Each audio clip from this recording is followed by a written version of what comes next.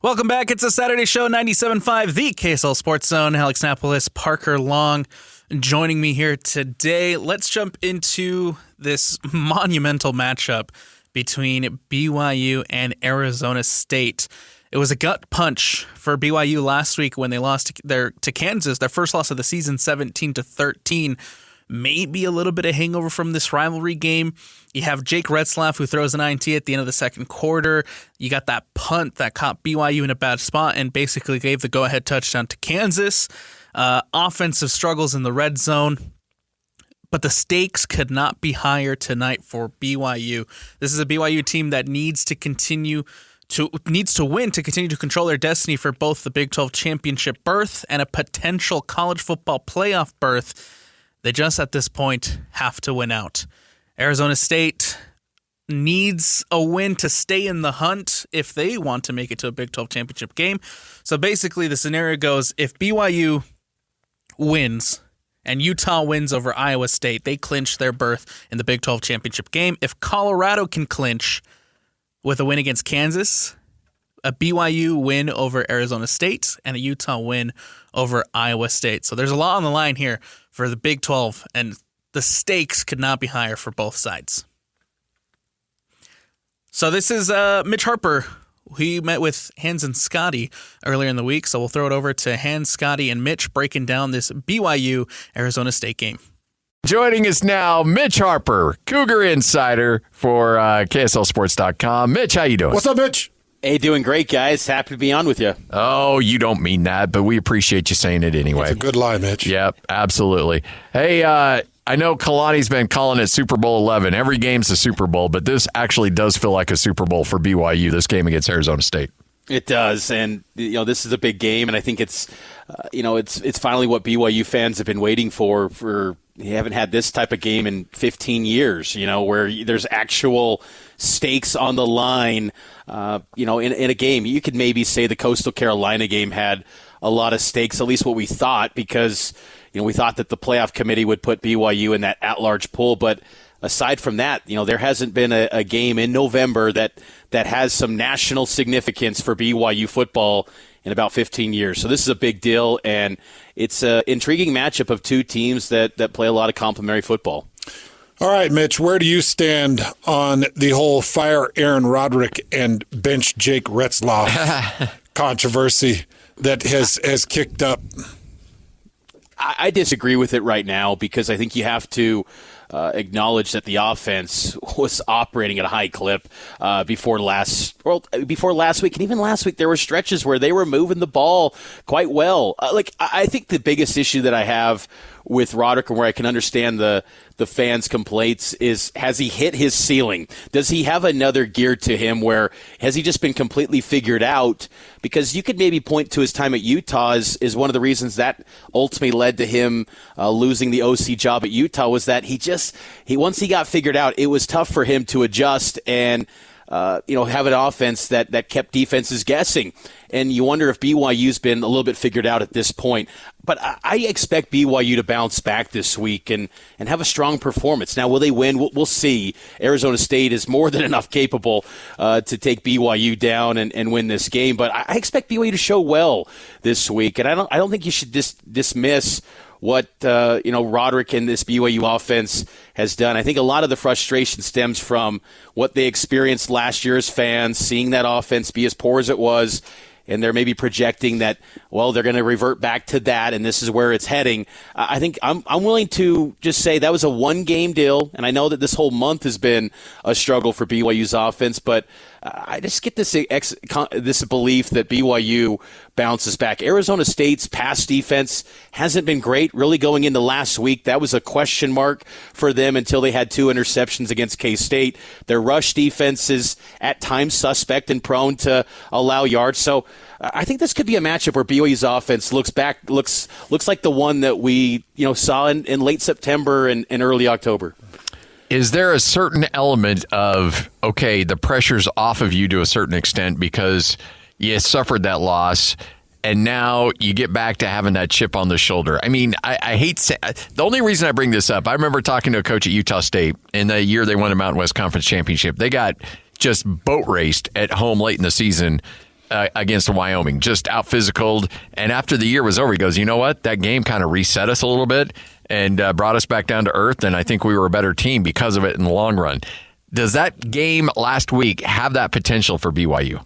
I think so. And I always like BYU as an underdog much more than a favorite. When BYU's a favorite, then, I think you get on the edge of your seat a little bit and think, when's the collapse going to happen? And you saw it last week against Kansas. No, I think BYU can come in loose this week, and you don't have to worry about the playoff implications, because clearly the playoff committee has told you you're not even better than group of 5 teams.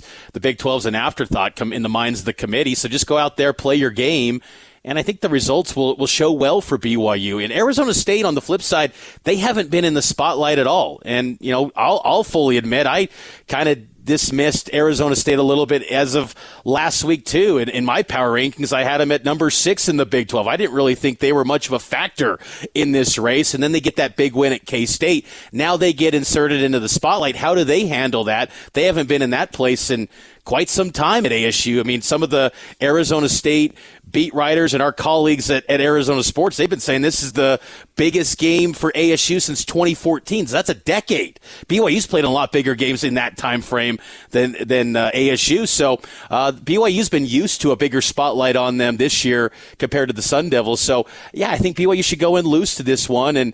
And yes, there's stuff to lose, of course, because the implications are significant from the Big 12 race, but go in there and have that chip on the shoulder that really that team BYU thrived on in stretches this season. How bad did the committee want to put Colorado above BYU in the college football play? Everything that happened, falling to 14, and Colorado's right there next to. They're just chomping at the bit to put Colorado above them, aren't they? No question. And you wonder, too, though, if even Colorado will be able to leapfrog Boise State. I thought it was a very subtle, impactful thing that UNLV was at number 24, and that's significant. If UNLV's in the Mountain West title against Boise, that's another top 25 data point for the Broncos. So I don't think it's safe to assume that just win BYU or just win Colorado and you're going to jump the Broncos. And same with Army. I mean, Army's got Notre Dame this week. If they pull off the unlikely upset of taking down the Irish, do we see a scenario where the Big 12 champ is left out altogether? I mean, that's in the cards here. So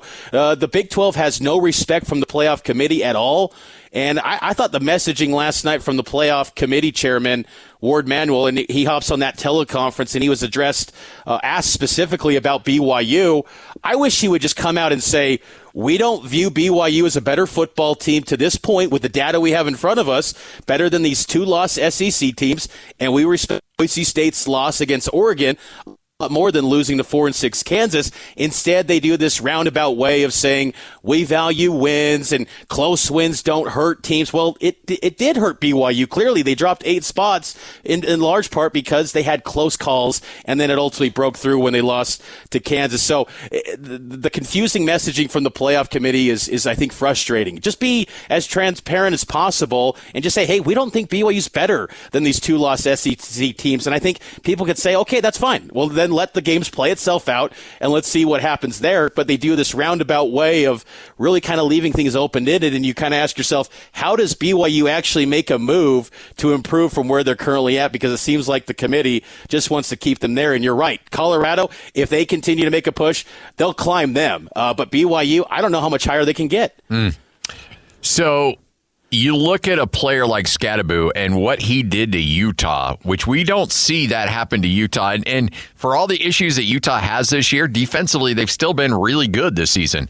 It's just the offense is just laid an egg throughout the course of the season. But Scadaboo ran through him like a hot knife through butter. How concerned should BYU fans be, even though they're playing great defense, about that Arizona State rushing attack? Well, I think they should be concerned with Scadaboo because he also adds the dimension of the receiving. Yes. When you bring up that Utah game, he had a game-clinching catch late in that game that was clutch, and it was an acrobatic grab. So BYU, they faced great running backs this year. R.J. Harvey, Devin Neal last week, they kept him in check. DJ TJ Giddens, but Scatterbo, unlike those three, I think is the best receiver out of the bunch, and I think that element to his game makes him a really challenging scout and someone to defend. I mean, he's had in the last 4 games at least 4 catches, so they utilize him a lot in the pass game, and that's got to be something BYU always accounts for him. There's been moments in these games where you got a number 1 player on the opposing scout, and BYU has had times where they leave that player open. I think back to the Arizona game where they let T-Mac completely open for a big gain. You got to account for Scatterbo at all times. But if there was ever a BYU defense to rise the occasion and be in a position to maybe keep him in check, he's still going to get his in stretches. But I think this BYU defense is up for the task. I mean, they've always pretty much answered the bell throughout this season. I think their defense will travel. I was really impressed with BYU's defensive line last week against Kansas, not letting them get to the edges. I thought BYU's defensive front did a really nice job, and I expect more of the same this week. Was Jake Retzloff injured last week during the game? Was he playing injured, and is he healthy? He got banged up at the end of the second half when he had that quarterback run and clearly was nursing the left side of his body. I mean, you saw the throws that he made. It didn't look to have the same arm strength. And I know it was a non-throwing side where he got banged up, but he didn't appear to have the same strength in velocity in his passes as we've seen. Now, a few of those were batted at the line of scrimmage by Kansas defenders, but this has happened a couple times with Jake. Even going back to the Oklahoma State game into the first half, he kind of got shaken up in that one too. So for the last 4 games, and coincidentally, I mean, that's where BYU's been having these close calls during this stretch. He has not been fully healthy. And I think that's something to account for here. I'll be curious to hear a little bit more from Aaron Roderick today after practice to hear what, he talked about with how Jake's been performing in practices. But it was clearly, Jake got shaken up a bit, but he's been competitive to where he's always staying in that game. But, Jake's got to be at his best, because if they're going to win this game, they've got to have excellent quarterback play. Because I don't see a situation where you win this one with subpar QB play. Jake's got to have his best performance of the season if they're going to win this game. Yeah, I agree with that. And another guy that you got to have out on the field for you is Crew Wakely. And I know Crew went off the field and was evaluated and did not come back onto the field. He's the 3rd leading tackler for this defense right now. He's grabbed a couple of clutch key interceptions for this defense. And I know he's been in evaluation. Have you heard anything about Crew, the damage that was done, and the potential of him being back for Arizona State? Didn't see him suited up at practice last night. He was at practice, but not padded up coming off the practice field yesterday. And I think that's always noteworthy. Tuesday, as even Jay Hill noted, it's a grind of a practice, but it's always, you got to practice. And Kalani laid that out this week. We didn't see him padded up coming off the field yesterday. So, the positive thing for BYU that if they don't have Crew Wakely available, I do think Raider DeMooney did show quite well. First guy off the bench, though, was Falatau Satuala, the freshman, and then Raider DeMooney stepped in. I thought DeMooney had some of his best snaps of his BYU career, but Wakely's going to be one to monitor going forward, but did not see him padded up last night. Hey, what has happened to Talon Affrey and Micah Harper? I know that those were 2 key names coming into the season. We've seen a little bit of them, but they just haven't blossomed into what we thought they'd be. Micah Harper got banged up in that Southern Illinois game in week 1, and it was an issue again with the knee, and it caused him to miss some time early in the season. He came back, and I think in that Baylor game, and in that game he had some defensive lapses, and ever since then he has not really played at all since that Baylor game, much at all.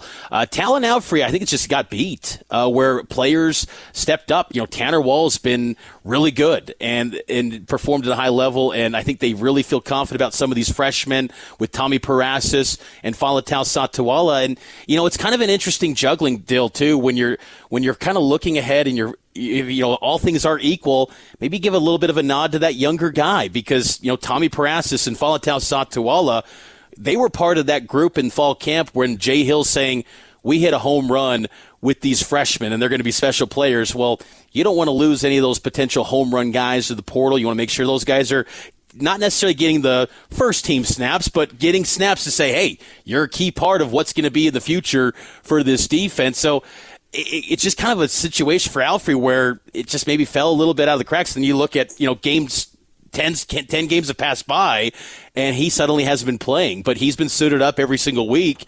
It's just those snaps are going to some of the younger guys that maybe have higher ceilings going forward for BYU. I will say this, Hans. If we were to go back in July and you're going to tell me in Week 10 we'd be talking about BYU playing for a chance to get into the Big 12 championship game against Arizona State, and we'll be breaking down a Crew Wakely injury as to the importance of that defense, I'd be blown away on all of those counts. Every one of them. Yeah. It would make no sense.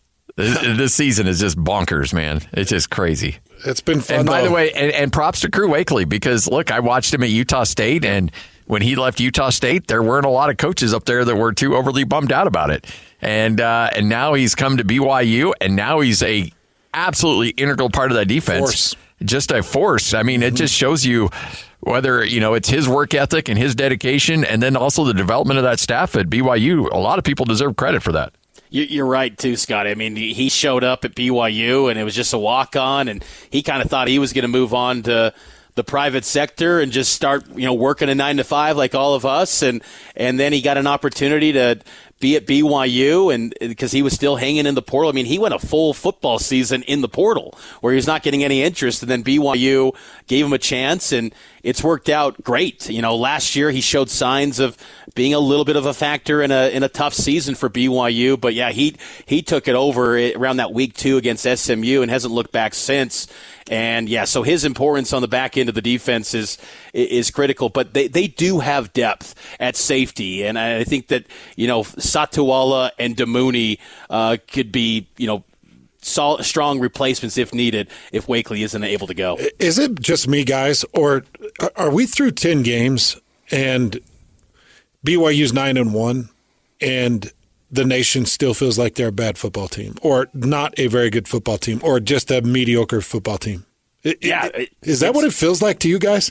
It does. I think that no one believes that BYU is – honestly, I wonder if they even realize they're a power conference team anymore. I mean, I think it's almost ingrained in their minds that BYU is – played nobody, but then you look at strength of schedule metrics and some strength of schedule rankings like Sagarin have BYU at 31. I mean, BYU's played a strong schedule, not an elite schedule, but man, it's pretty comparable to what like the Texases of the world have faced, and they're the number 3 team in the country. BYU's a solid football team, and you look at all 3 phases. They have been really good. And I think that, BYU has just taken a little bit of a step back this past couple of games offensively. They've got to get things right there. Yeah, they do. But I think this is a really good team, and I think the defense has not gotten enough credit. I mean, only allowing 19.5 points per game. I think that group has been really sound. The secondary with Jacob Robinson. This is a good football team, and those linebackers are as good as any in the Big 12 Conference. The speed that they have there with Glasgow, Jack Kelly, Taggart. You saw a little bit of Miles Hall last week, and he's going to be one that's kind of in that Miles Glasgow, Isaiah Glasgow mold in the future. He's a former wide receiver safety. He's a speedster.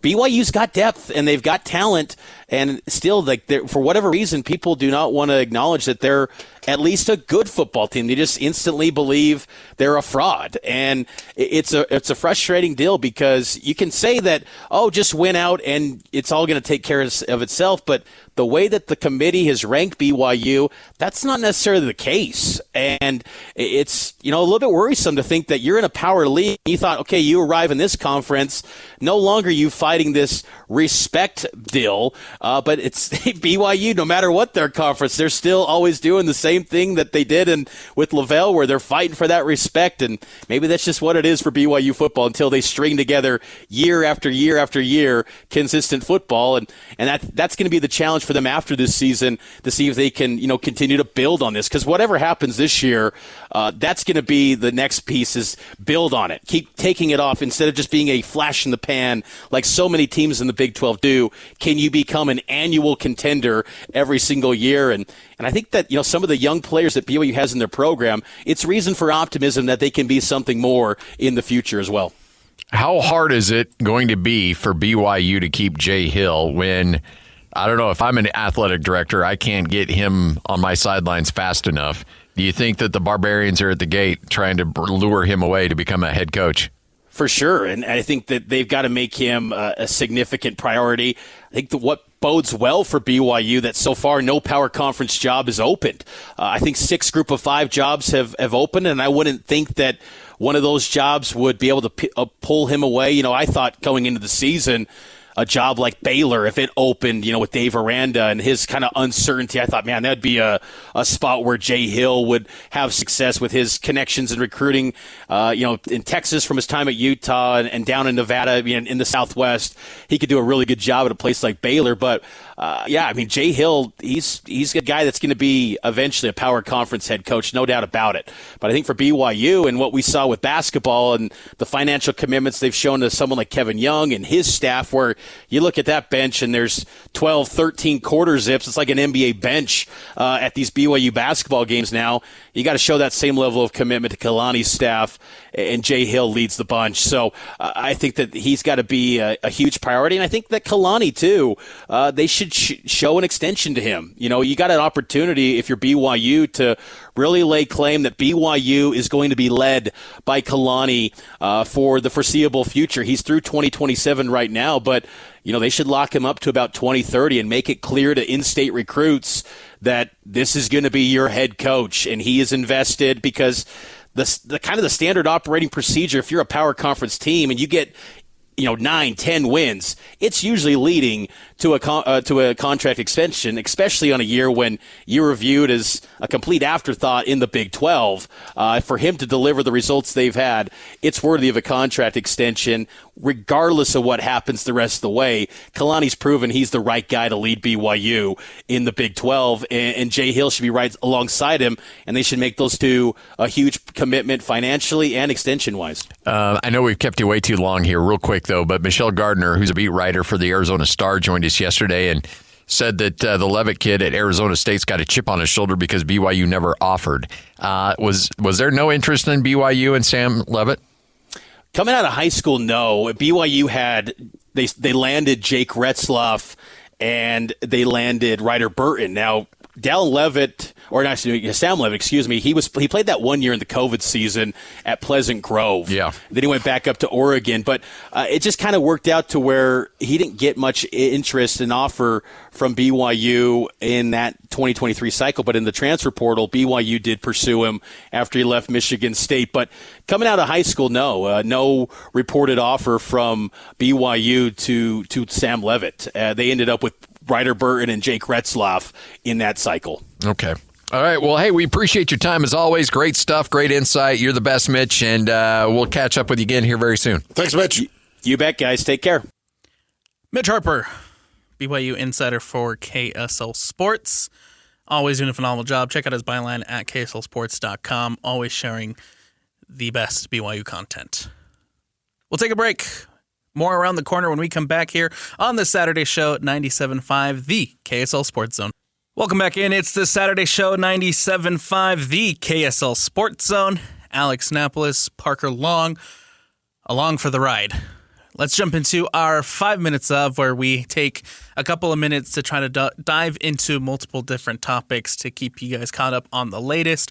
Let's start in college football. Again, huge day in college football. It's the second to last week of the season. Championship berths are on the line, including in the Big Ten. Oregon has already clinched their spot in the Big Ten championship game, but number 2, Ohio State, taking on number 5, Indiana, approaching the halftime break. 21 seconds left in that one, and Ohio State has just taken a lead 14-7 over Indiana. Ohio State basically needs to win out in order to make it to that Big Ten championship game. With a win today, Indiana will clinch their spot in the championship game. However, like I said, right now trailing 14-7 to Ohio. Number 8, Miami up 20-14 against Wake Forest at the halftime break. Ole Miss and Florida tied up at 14 with 2 minutes left to go in the second quarter. At halftime, SMU up 17-0 over Virginia, and Georgia up 14-7 against UMass with 10:30 left to go in that one. Parker, any games, any big matchups that stand out to you today in the college football slate? I know there's obviously the big one with Indiana, Ohio State, but any other ones that you're looking at? I've been watching Miami Wake Forest. I've been kind of under the impression that Cam Ward's draft stock might be going down a little bit because he's kind of showing some vulnerability that we haven't seen, or we haven't seen as much of, and it's kind of maybe not falling apart, but he's starting to kind of stutter a little bit. So I got my eye on that one.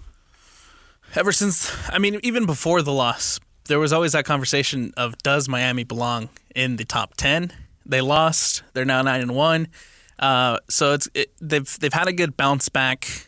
20-14 though against Wake Forest. Not the most convincing at the moment. Obviously, it's the halftime. There's still a whole nother second half to go. So we'll see what Cam Ward does in that second half. Another one that I'm looking at is obviously number 16 Colorado taking on Kansas. That one at 1:30. Who's going to be in the Big 12 championship, right? With BYU taking on Arizona State. Berth on the line in that game. Berth on the line with Colorado taking on Kansas. So we'll see if Colorado is able to rise to the occasion. Kansas coming off that win against BYU. They're 4-6. They're still fighting for bowl eligibility. We'll see if Coach Pram and his guys can continue carrying on the momentum into beating Kansas.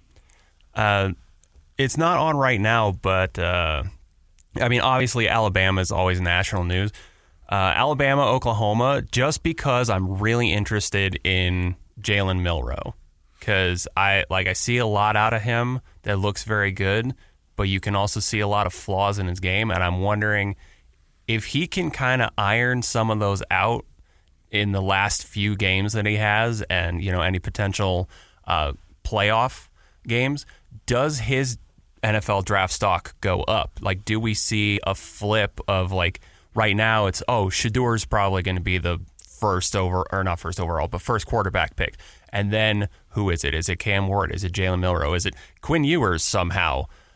Probably not that one, but kind of who goes where based on the last couple of games of the season. So I think that's going to be really, really interesting to watch. And Milroe is high up on my list of really interesting players to keep an eye on.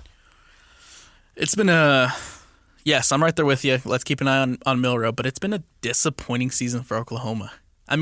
Obviously, first year in the SEC, start off the season really hot, and then they've just kind of been spiraling since. Interesting to, again, a lot of action, so much happening around the college football world today. We'll keep an eye on the scores here, keep you updated on what's going on with that Ohio State and Indiana game. But let's jump into some hockey talk. Let's talk some Utah Hockey Club real quick. They're on a 3-game losing streak. They are without Connor Ingram now, who's out with a upper body injury. He's considered day-to-day. However, a lot of praise coming towards Vishmelka, who stepped in and has done a good job in the absence of Connor Ingram. However, of course, the Hockey Club on a 3-game losing streak, losing to Vegas 4-2, lost to the Capitals earlier this week 6-2, and then were held scoreless against the Boston Bruins 1-0. I've seen a lot of comments online that the power play needs to be better. I think they went 0-for-11 in between the Washington game and the Boston game. It's hard for it to be worse, honestly. I've been a part of a couple of those games, and yeah, you're at a man advantage. I will tell you right now, my knowledge of hockey is not the best. We're all still learning. Yeah, we're all still learning here. But when you're at that man advantage, when you're just simple math, when you're 5-on-4, you need to be able to press that advantage and score goals. The Hockey Club have been held scoreless against Boston. They were held scoreless against Winnipeg. They were held scoreless against Ottawa. And so there's been concerns. Oh, and sorry, the New Jersey Devils as well. So there's been concerns with goal scoring for the Utah Hockey Club all season long. Getting held scoreless in those many games, not the best. Obviously, you need to score to win the games, but when it comes to the power play, it just needs to be better. Yeah, the power play absolutely needs to be cleaned up. And one thing I've noticed is that Utah seems to be a kind of a low shot volume team. compared to other teams that they play, sometimes they'll get outshot 2-1. And at a certain point, you want to find the best looks. You want to find those high quality shots. You don't want to just be like potentially giving over possession all the time, but you got to make some of those shots that might not look perfect, and you just got to increase that volume just a little bit to just hope that one of those goes in. They've also been ringing a lot of them off the pipes. They've been hitting the edge of the net and just not going in, and there was 5, I think, the other day in one of their games. That's partly luck. That's partly bad luck, but that's also partly just, you take more shots, you're probably not going to ring all of them off the iron, and you're going to get 1 or 2 of those in, and at the very least, you're not scoreless in the game. The Utah Hockey Club 7-9-3 on the year, 6th in the Central Division. They have big tests this weekend. They go back to back, so they'll play the Pittsburgh Penguins tonight. That one we got a 5 p.m. puck drop, and then they go back to back tomorrow. They'll play the Toronto Maple Leafs, also set for a 5 p.m. puck drop. We'll see if they're able to correct a little bit. Jam-packed weekend, obviously back-to-back in the NHL, and so we'll see if they're able to pull off one of those wins. But got to give a lot of credit to Sergachev. Really love what I've seen from Sergachev. That trade has been absolutely amazing for the hockey club, and Sergachev has been probably my favorite player to watch on this hockey club team. Yeah, I think you look at the team and you see how they're a pretty young team. Like, they were young when we got them. We got some veterans in through trades, and I think they're still just kind of getting their footing. I kind of want to temper everybody's expectations this season. We weren't coming into this expecting a Stanley Cup. Like, no one was. We're all just super stoked to have hockey here, and they got plenty of time to get better. So absolutely. Just no matter how poor they do this season, we're all super happy to have them here, and we're going to support them like Utah supports all kinds of sports. Real quick, we'll hit the NFL. Obviously, we mentioned it earlier, the Cleveland Browns beating the Steelers 24-19. The Steelers had a chance to make history. That will have to wait just a little bit longer as they lose in the snow.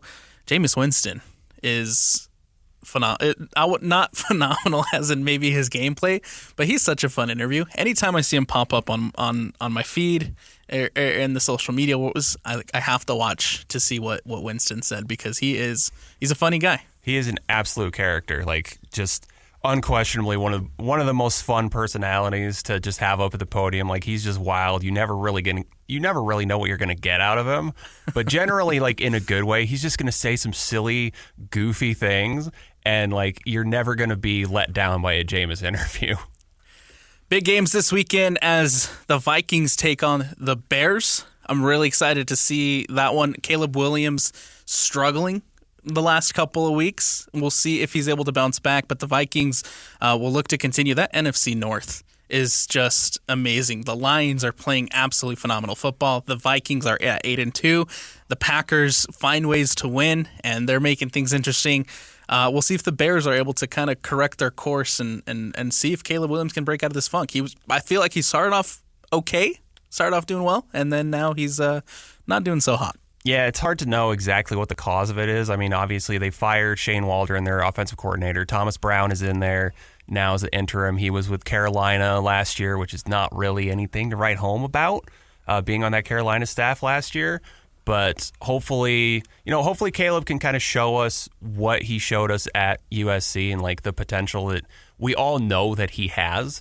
Just there's maybe something in the locker room, something with the chemistry, something with the play calling. Who knows? It's hard to tell. At the very least, I'm going to go out on a limb here. I'm going to say they're probably going to fire Eberflus at the end of the year. Like, I'd be shocked if he's back. There's no reason to keep him. Yes. Like, I don't care if they win out. I don't care if they go. They're what, 4-7 now? Yes.